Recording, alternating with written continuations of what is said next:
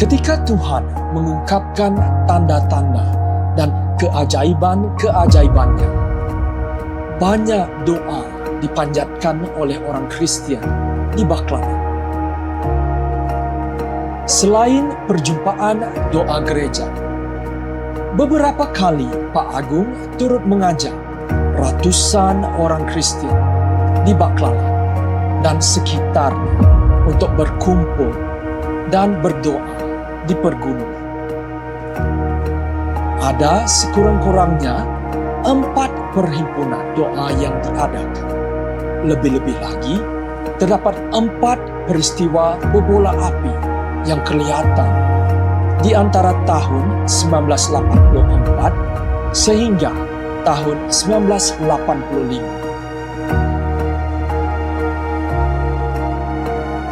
Perhimpunan doa yang pertama berlaku di Gunung Beling.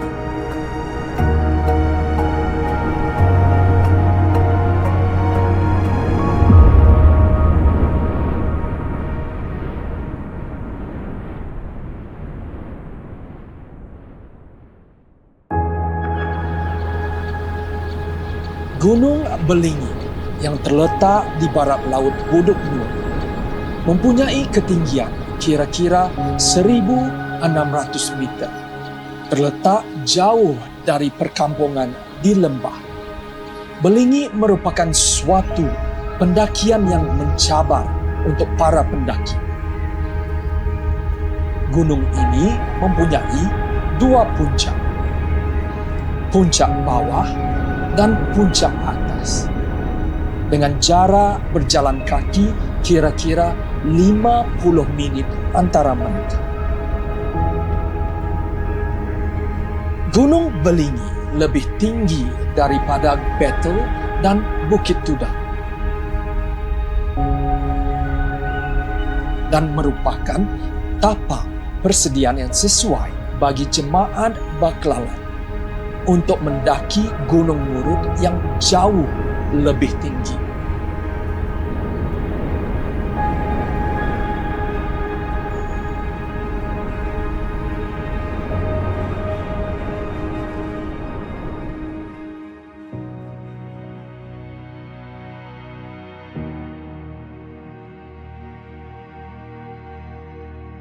Atas dorongan dan pimpinan Roh Kudus, Pak Agung telah mengumumkan kepada penduduk Buduk Nur bahawa suatu kebaktian doa akan diadakan di Puncak Belingi. Kebaktian doa ini akan berlangsung selama 12 jam, bermula dari pukul 6 petang hingga jam 6 pagi keesokan harinya. 6 jemaat yang mewakili 6 buah kampung di lembah tersebut harus menuju ke laluan Teringa untuk bertemu sebelum mendaki gunung bersama-sama. 6 kumpulan itu adalah daripada Buduk Nur, Long Langai, Long Rusu, Buduk Bui, Buduk Aru, dan Patau. Kumpulan dari Buduk Aru dan Patawing harus melalui laluan yang sama ke Belingi. Walau bagaimanapun, kedua-dua kampung ini memutuskan untuk melangkah titik pertemuan dan mencari jalan pintas sendiri. Akibatnya, kedua-dua kumpulan mengalami halangan yang tidak dapat diatasi sama sekali, dan mereka gagal mencapai Puncak Belingi. Pengajaran ini menegaskan betapa pentingnya arahan Tuhan diikuti sepenuhnya. Sekali lagi, mengukuhkan panggilan Pak Agung sebagai juru cakap Allah.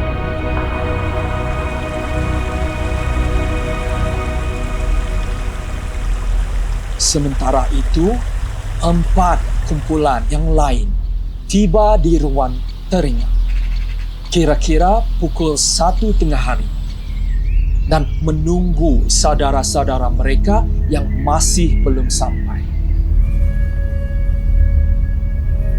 Tetapi kumpulan dari Buduk Aru dan Patawing tidak kunjung tiba.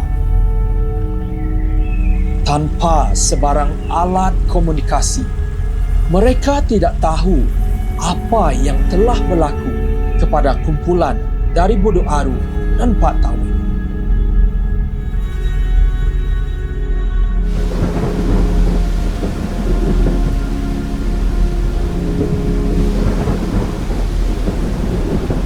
Mereka berdoa kepada Tuhan agar hujan tidak turun.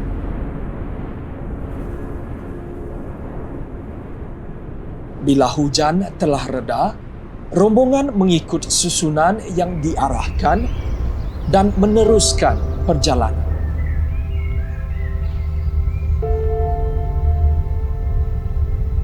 Another time was we went to worship God. God said you go to Mount Belingi. Mount Belingi is in Long Langai in Baklalan, you know.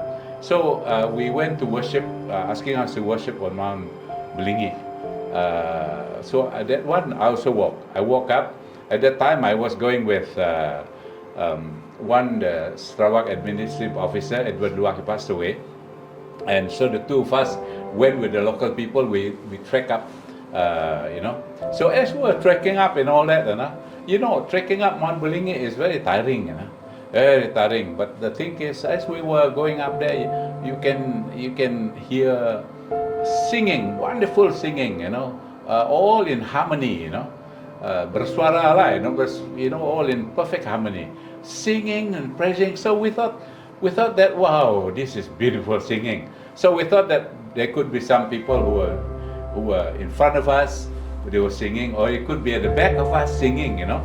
So we thought that these are the group singing as they were going up joyfully, you know. But when we arrived on Belingi, we were asking, hey, we heard a lot of singing, beautiful singing. Where you people are singing? Actually, we talked to the people. They said no, they also heard the singing. They also heard the singing, we also heard the singing. So those are the angels singing.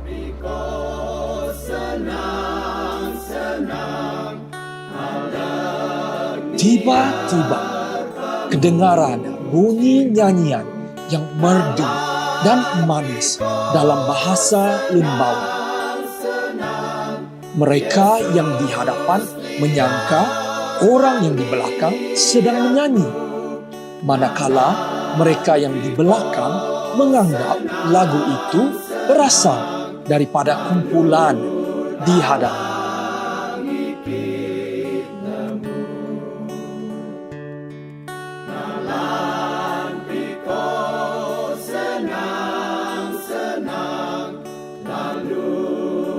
This one is a very interesting, we call it a mountain spiritual camp in Belingi.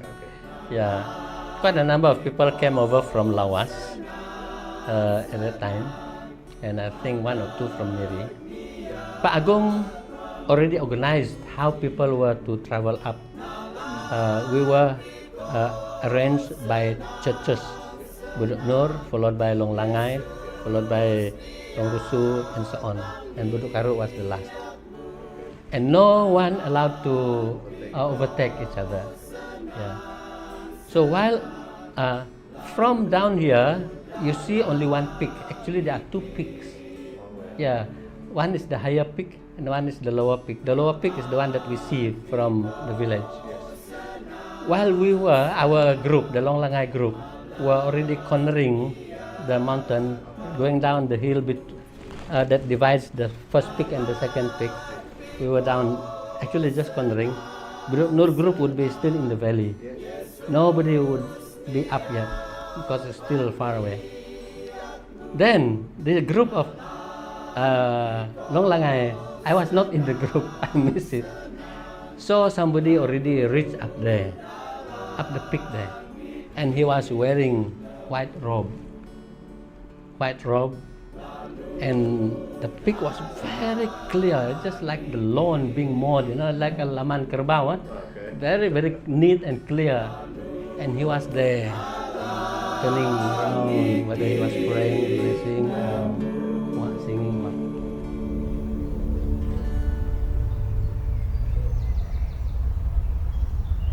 Setibanya kumpulan itu di puncak atas, nyanyian sudah berhenti.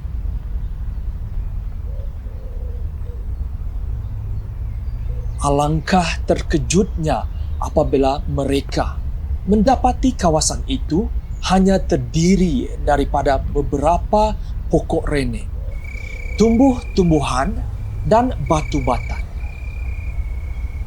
Tidak ada seorang pun yang kelihatan. Barulah mereka sadar bahawa mereka telah melihat dan mendengar nyanyian malaikat.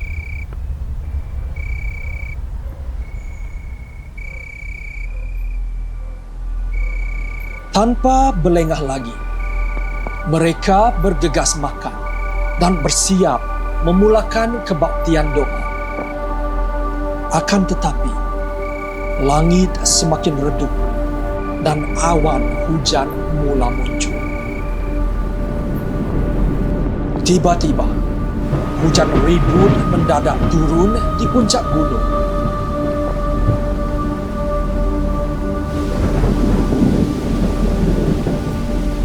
Mereka berdoa kuat, meminta pertolongan Tuhan.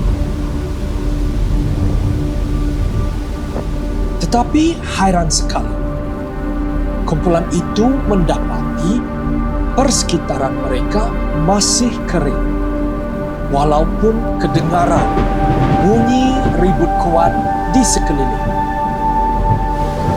Waktu mereka menongak ke atas, mereka melihat suatu kanopi halimunan yang besar di langit yang melindungi mereka daripada ribut. Lilitan payung kanopi ini dianggarkan sejauh 100 meter. Hujan berhenti pada pukul 6 petang. Kebaktian doa dimulakan.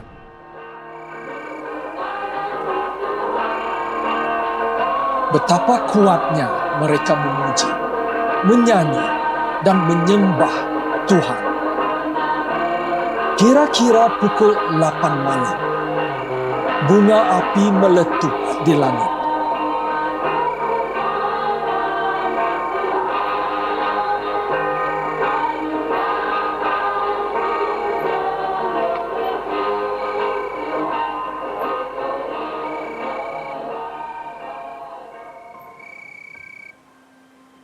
Kebaktian doa ini berakhir pada jam 6 pagi keesokannya. Perjalanan pulang mereka dipenuhi dengan perasaan hati girang dan sukacita. Setiap langkah disertai oleh penjagaan rapi dan lembut daripada Tuhan kepada umat-umatnya.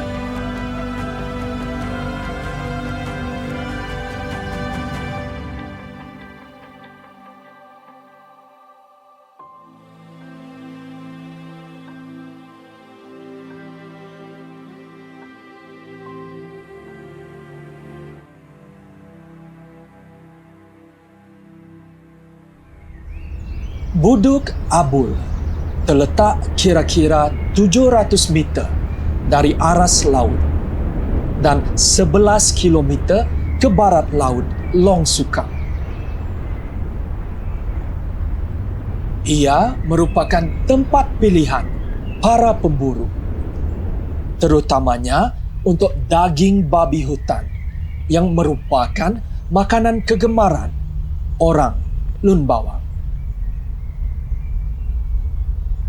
2 minggu sebelum pendakian sulung orang Lun Bawang ke Gunung Murut, Tuhan telah memanggil Pak Agung masuk ke hutan Buduk Abul untuk berpuasa dan berdoa selama 3 hari.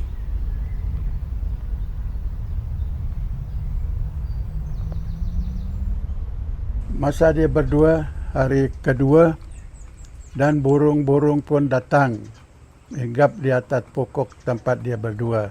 Ada burung kecil, ada yang besar, warna macam-macam warna burung itu. Cantik sekali.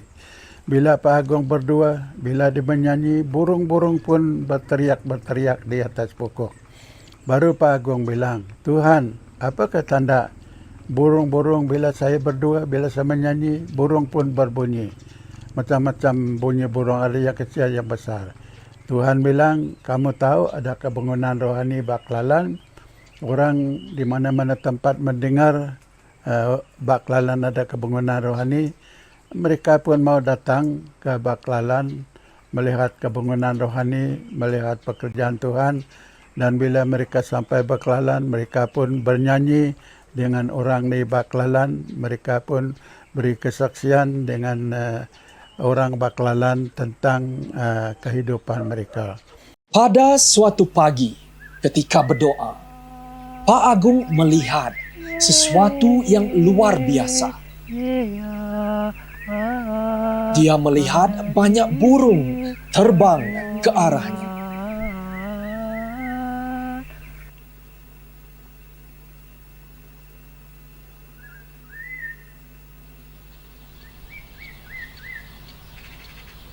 Burung-burung itu ada pelbagai jenis, saiz, bentuk, dan mengeluarkan bunyi yang berbeza-beza. Pak Agung bertanya kepada Tuhan, "Mengapa ada banyak burung di sini?"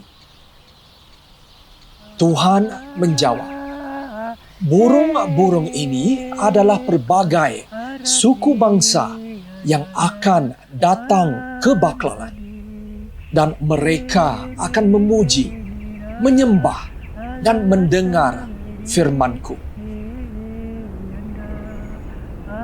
3 hari di Buduk Abul telah diperuntukkan untuk berdoa bagi ibadah yang akan datang di Gunung Murut. Pada penghujung hari ketiga, Pak Agung turun dari bukit.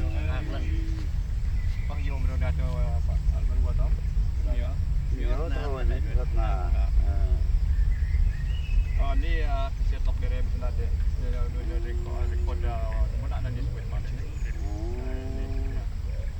Nah. Dengar ada ya.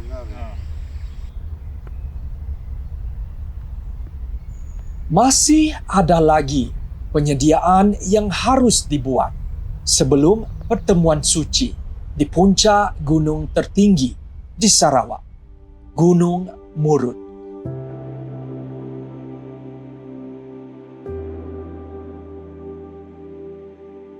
Kira-kira 2 tahun dari masa ia pertama kali dinubuatkan, pakaian seragam lelaki dan wanita telah habis disiapkan.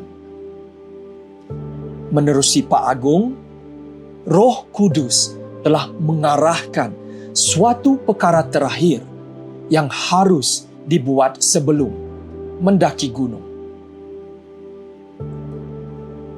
Dengan pakaian seragam yang lengkap, penduduk Baklalan berbaris di padang bola Buduk Nur pada pukul 6.30 malam. Kabar tanda-tanda mukjizat dan keajaiban Tuhan telah tersebar luas dan seramai 1,000 orang telah hadir, termasuk yang datang dari lawas. During the revival, I was an eyewitness of what happened. That was around 1985. I was just about, I think, finished Form 5. Yeah. That time I was still staying at home. Yeah. And we joined the gathering is because at that time we were told, and I was following my parents. Yeah. They told us we have to gather at the football field around for some sort like a parade kind. So every church, so they will line up with their respective church. So of course we were asked to put on a specific uniform. Different churches, their different pattern. Like what Pak Agong have told every church. And of course we, at the time, at a younger age, we just follow. We were told to pray for quite a while. Suddenly, out of the blue, you see a big fire come out from the sky. And that night, it was pitch darkness. Not even one star in the sky. So who could dispute that? It was just there, fire moving around. That nothing else you can do but just to prostrate down and worship God lah. About half an hour, something like that, of this 7 o'clock, the police come on. And then there is a star. It's I call it star. It's something is like spotlight, but if it says spotlight, when it is some beam going down, kan? But it's a big light up at the top ridge of the mountain. Yeah, there was no other stars can be seen in the sky. Kami melihat itu benar-benar sesendiri lihat itu bintang. Nampak di keliling itu tidak apa-apa, itu gelap saja. Itu nampak satu bintang yang kami semua saksi itu.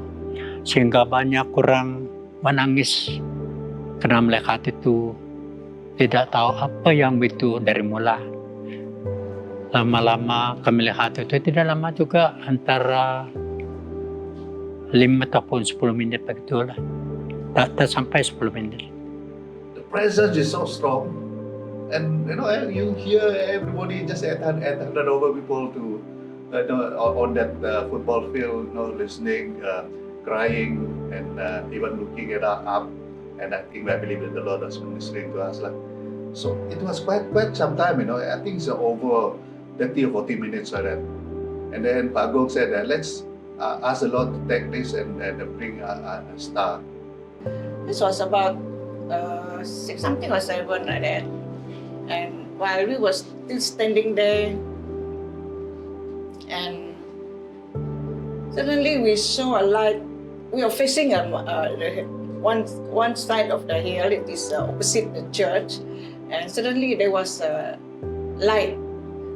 It blinks 3 times, and after the light blink, shine up on the hill, and the light went down to us as we are sitting on the field.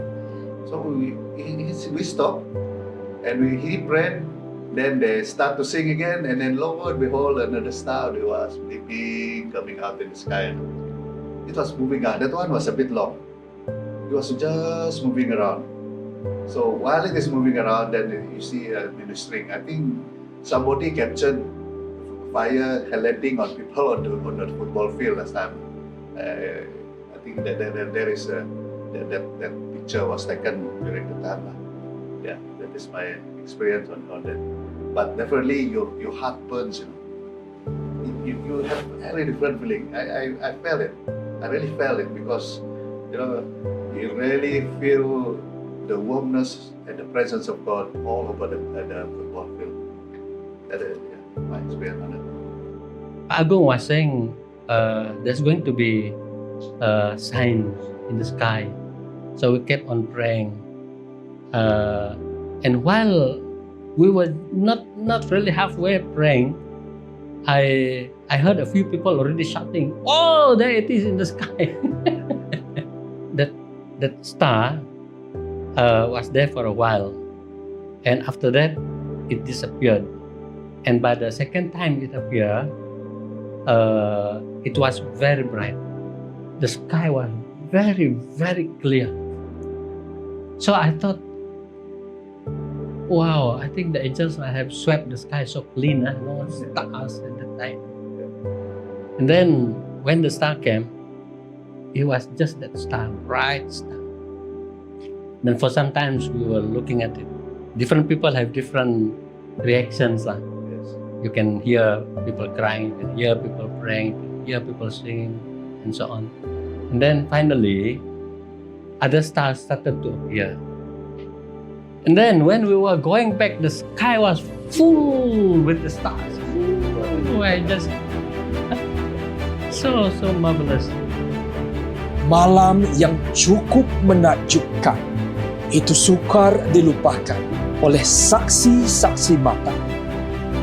Tetapi kumpulan dari Buduk Nur sadar bahawa tugas Tuhan untuk mereka baru saja bermula. Keesokan harinya, mereka harus bertolak mendaki Gunung Muru. Di sana, Tuhan akan memberi satu lagi tanda, yaitu tanda api. Di tengah-tengah kejadian yang dramatik ini, penduduk Baklalan seolah-olah kesuntukan masa untuk berhenti dan merenungkan perbuatan Allah yang sungguh luar biasa. Tuhan telah menggunakan satu tanda demi satu untuk memimpin orang Baklalan ke arah rohani yang semakin tinggi. Pengalaman yang seterusnya akan menguji kesetiaan dan ketaatan mereka, langkah demi langkah.